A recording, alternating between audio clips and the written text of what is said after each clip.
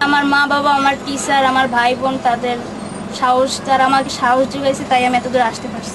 GPA 5 পাবো সেটা কল্পনাই করতে পারি, বিশেষ করে এই হাত দিয়ে লেখে আসছে, কিন্তু টাফ ব্যাপার। ফাল্গুনি এবার মেট্রিকে এসএসসি পরীক্ষায় এ প্লাস পাইছে, তাতে আমি ওর বাবা হিসেবে আমি খুবই গর্বিত। আমার এই সামান্য ব্যবসা দিয়া যে ওকে যে পড়াশোনা করামু, তাতে আমার খুবই কষ্ট হচ্ছে এবং হবে সামনে। ওকে আরও বড় করতে হইলে, আরও আগায় নিতে হইলে আমি আরও সাহায্য আপনাদের কাছে চাই। যে হাত নাই, তারপরে যে এই অবস্থায় যে পাস করছে, এটা আমার কাছে অনেক পাওনা। ওর কাছে আমার এই পাওনা আছে, এই পাওয়াটা ওই আমাকে দিছে।